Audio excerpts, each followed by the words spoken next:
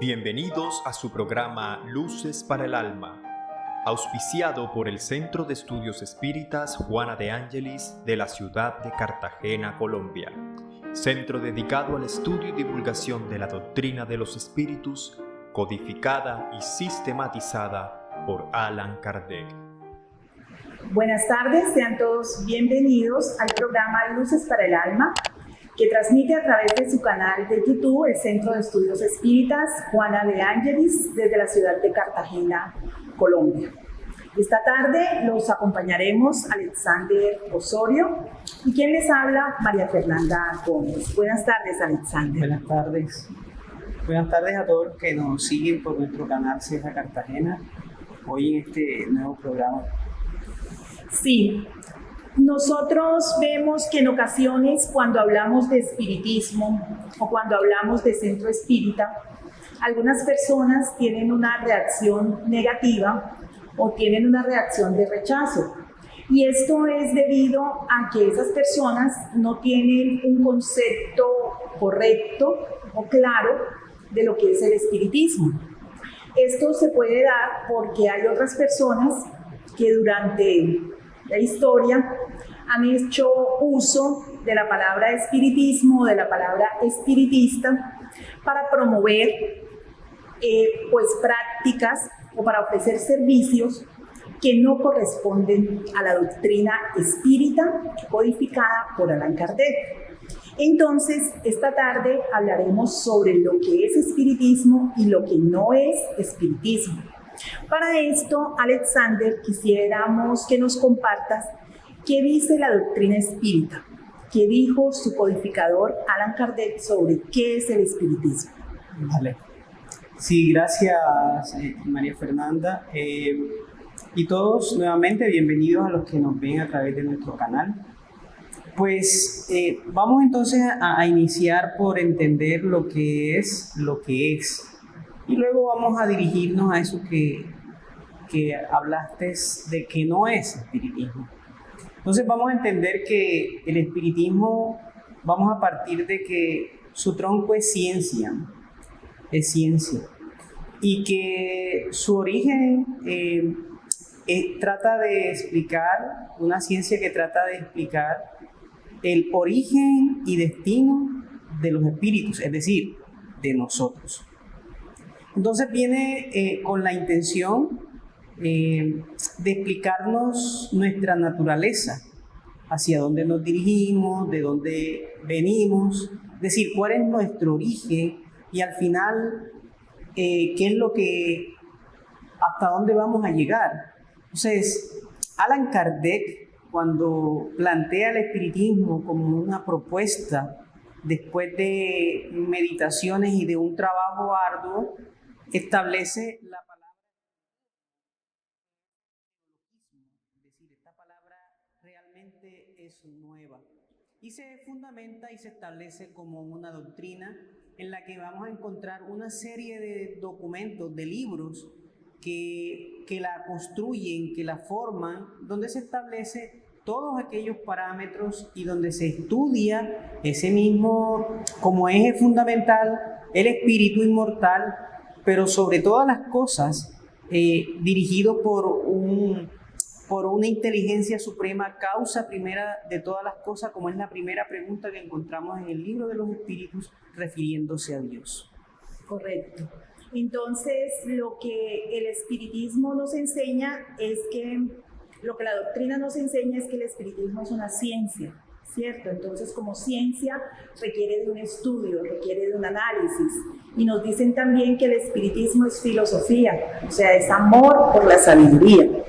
Y ese estudio, ese análisis y esa sabiduría nos deben llevar a la transformación moral, porque es una doctrina de consecuencias morales.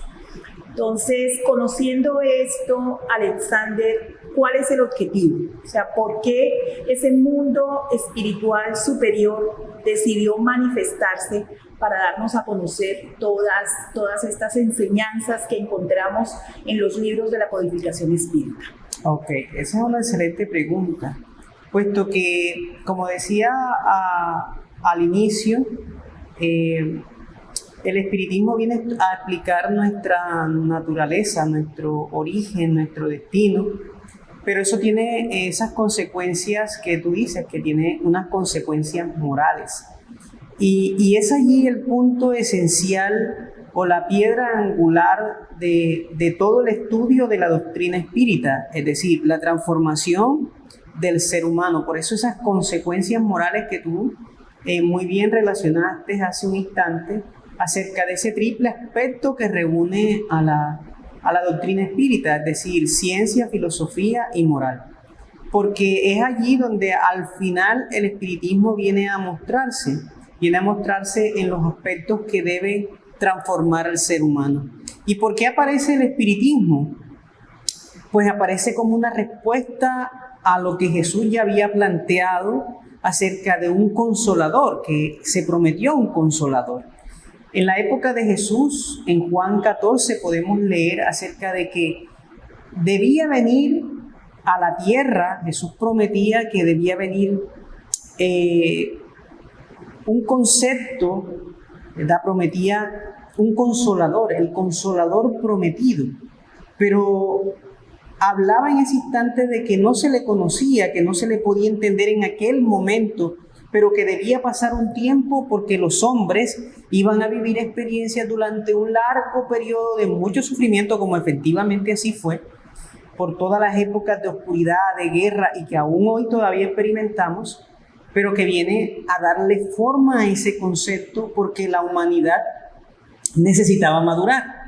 Y como necesitaba madurar, el momento propicio fue ese instante en que Kardec, como codificador de esta doctrina, se dedica y plantea todo lo que hoy conocemos para ayudar a desenvolver al hombre en todo aquello que se le dificulta, que es su parte moral, es decir, marchar hacia el bien. Y el espiritismo viene como respuesta a eso. Correcto. Nos enseñan en la doctrina espírita que la ciencia tradicional pues se encarga de estudiar las leyes del principio material y el espiritismo se encarga de estudiar las leyes del principio espiritual. Que estos dos principios y estas dos ciencias son complementarias. Es decir, que la ciencia, sin tener en cuenta el componente espiritual, habrá cosas a las que no les pueda dar respuesta. Y el espiritismo, sin la ciencia, no tendría ese apoyo y no tendría esas demostraciones. Entonces nos han dicho que la ciencia debió llegar primero porque precisamente es lo material lo que primero impacta a nuestros sentidos, ¿cierto? Entonces es un complemento efectivamente. El espiritismo es un complemento. Sí, efectivamente lo que tú dices, porque la ciencia debía tener, es decir, el pensamiento del hombre tenía que iluminarse para poder comprender ciertos efectos que la ciencia iba a revelar a través de las leyes, a través de que la Tierra no era el centro del universo, es decir, todas las fronteras del conocimiento iban a expandirse para que luego llegaran todos estos conceptos que hoy para nosotros parecen transparentes e incluso para personas en la actualidad pueden parecer incluso ridículos o pueden parecer maravillosos porque se necesita el sentido moral para aceptar estas verdades espirituales y no significa, el sentido moral no significa la superioridad sobre otros, porque se puede malentender en algún momento. No, es para entender todos estos conceptos que elabora Kardec y que fue guiado por los guías de la humanidad, por espíritus superiores, que a través de la mediunidad de muchos mediums que se prestaron para este servicio y que a través de ellos y de toda la rigurosidad de Kardec para elaborar preguntas, para organizar pedagógicamente, para establecer una didáctica dentro de cada obra que hoy constituye la doctrina espírita, es extraordinario su trabajo y que se necesitaba pues de un tiempo, de una maduración para tal fin. Correcto.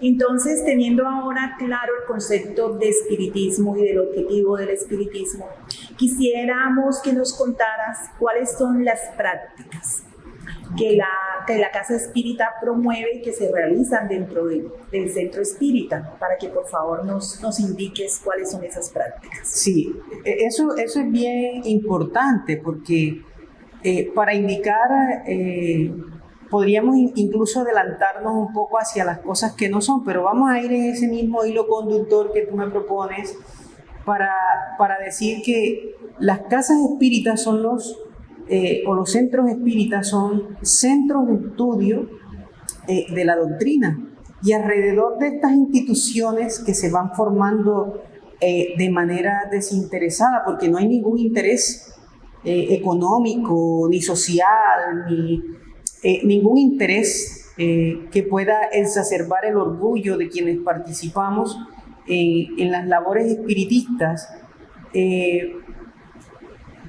Hay una serie de prácticas que nos reúnen, que nos convocan alrededor de ese mismo estudio.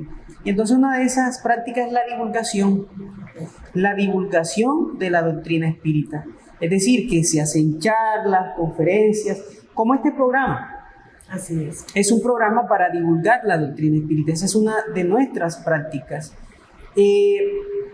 La asistencia a las personas que llegan a la casa, a las instituciones, es otro de los trabajos que aquí se realizan y tiene que ver con la orientación, porque muchas personas pueden llegar con dificultades, con problemas que plantean un desafío para su existencia, y aquí se les orienta, se les atiende. Otra de las prácticas es el estudio y práctica de la mediunidad. ¿Por qué? Porque muchos llegamos a las casas espíritas sintiendo, viendo, percibiendo, y eso tiene que educarse.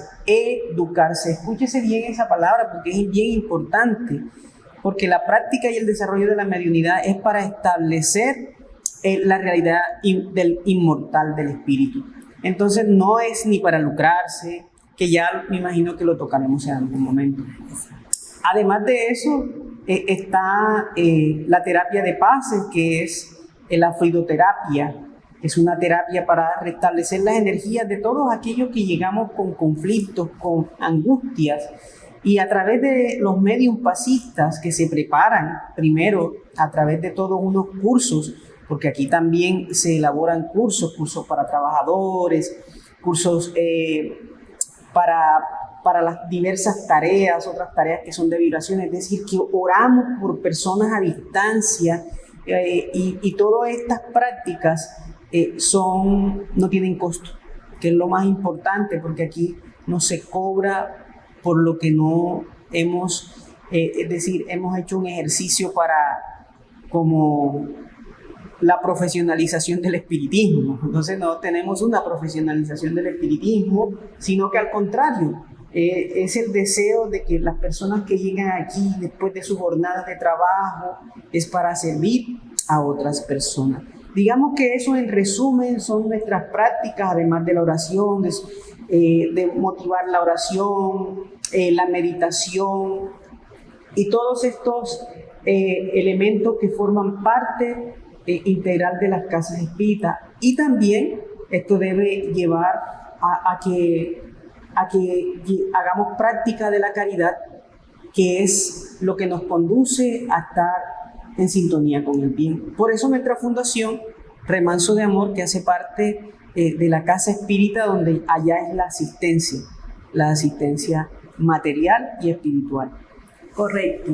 Entonces, todas estas prácticas que se realizan y que se promueven en el Centro Espírita son dirigidas a nuestra parte espiritual, la oración, la meditación, el agua fluidificada, los pases, en fin. Entonces, Alexander, ya que tocamos cuáles son las prácticas que promovemos y que realizamos, quisiéramos que nos hables sobre las prácticas que no corresponden a la doctrina espírita. Por ejemplo, si alguien te dice, conocí un espiritista súper bueno, entonces tú, como trabajador de esta casa, dices, sí, y es caritativo y hace el bien y se ha transformado moralmente.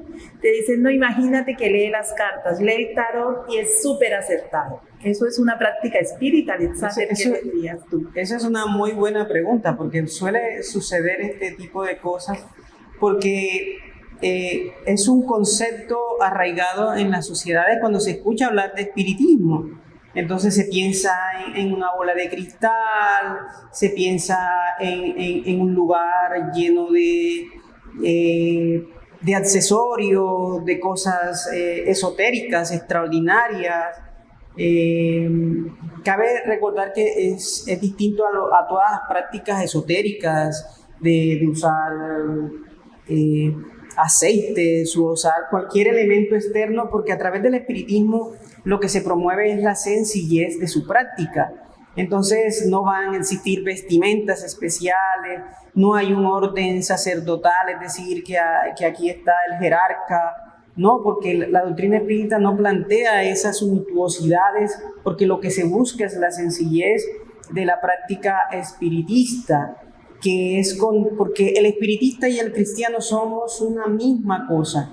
Y entonces, porque estamos dirigidos por la enseñanza de Jesús, que es la piedra angular de las consecuencias morales de las que hablamos al inicio de esta charla. Y entonces es Jesús fundamental allí. Entonces es importante entender que la práctica está dirigida es hacia el bien. Entonces todo lo accesorio, todo lo que se pueda ver, lectura de tabaco, de tarot, de cartas, de la taza de café, de lo que sea que se invente por ahí del uso de piedras especiales. Si vamos a un centro espírita y esto se pide, eso no es un centro espírita. Es de todo menos un centro espírita. No está guiado por Kardec y pueden decir que están guiados por Kardec, pero vamos a ver a lo largo de todo lo que enseña Kardec, ninguna de esas prácticas. Nada que sea exterior tiene que ver con una práctica espírita. Nada que nos exija baños, nada que nos exija que tenemos que dormirnos a las 7 de la noche, que tenemos que rezar, nada de eso. Nada que nos convoque a una práctica exterior es espiritista. Correcto, Alexander, así es.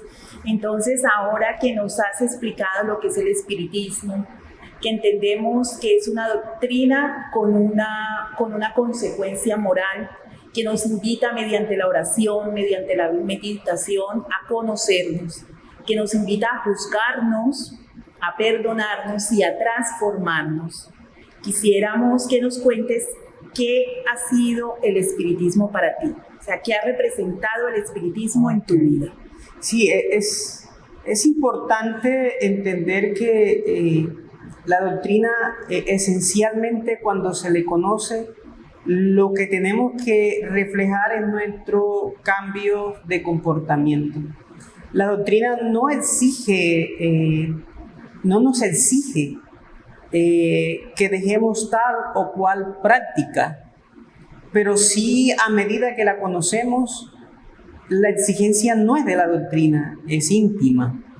Entonces, la doctrina para mí significa exigencia en modos de pensamiento, exigencia en modos de ver la existencia, exigencia en todo lo que rodea mi existencia. Eso significa, y eso se ha significado, significa freno a cosas que aún no están resueltas, porque no puedo decir que están resueltas, pero freno a cosas que aún no he solucionado, pero que ya no me puedo permitir. Y no por represión, sino por educación. Eso significa y se ha significado la doctrina para mi existencia. No puedo decir en estos instantes de que soy un ser iluminado, no, ni más faltaba. Pero estás en el camino. Pero estamos en ese proceso de autoiluminación, de transformación para ser una mejor persona. Entonces ya identificamos que aquí hay cosas que no están correctas, que no se pueden hacer, que no se pueden decir y que no se pueden pensar. Que ya ni siquiera se pueden pensar, exactamente, porque ya no están acorde a algo que promulgamos a otro, porque si lo que le decimos a otro debemos que lo haga, debemos hacerlo nosotros mismos, hacerlo como esfuerzo, como terapia, como mecanismo de ayuda. Así es.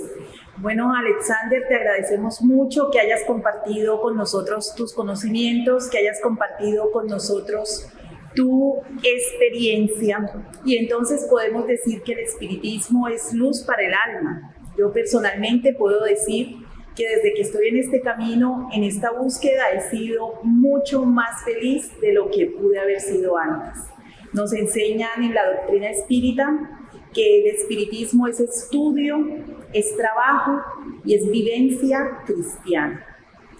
Cuando el espiritismo se comprende de una forma adecuada y sobre todo cuando se vive esa moral que estamos aprendiendo, esa moral de Cristo, entonces nos damos cuenta que el espiritismo es liberador, que el espiritismo es esperanzador. Entonces, como se reconoce al verdadero espírita por su transformación moral, la invitación es a que nos transformemos moralmente, a que busquemos cada día ser mejores y hacer todo el bien que podamos desde que nos levantamos hasta que nos acostamos. Como se reconoce al verdadero espírita por los esfuerzos que hace para vencer, para superar sus malas inclinaciones, esas inclinaciones que nos mantienen en la inferioridad, la invitación es a que continuemos con ese esfuerzo del que tú hablabas para que un día podamos ver ese mundo de felicidad, ese porvenir maravilloso del que nos habla la doctrina espírita y al que tendremos un pase VIP si nos dedicamos en este mundo a hacer todo el bien que podamos. Muchísimas gracias por su sintonía, muchísimas gracias por acompañarnos y los esperamos la próxima semana con más luces para el alma. Sumérgete en talleres prácticos y conecta con almas afines. Despierta tu conciencia y abraza tu potencial infinito en esta celebración de luz y amor. Obtén más información en www.confecol/congreso.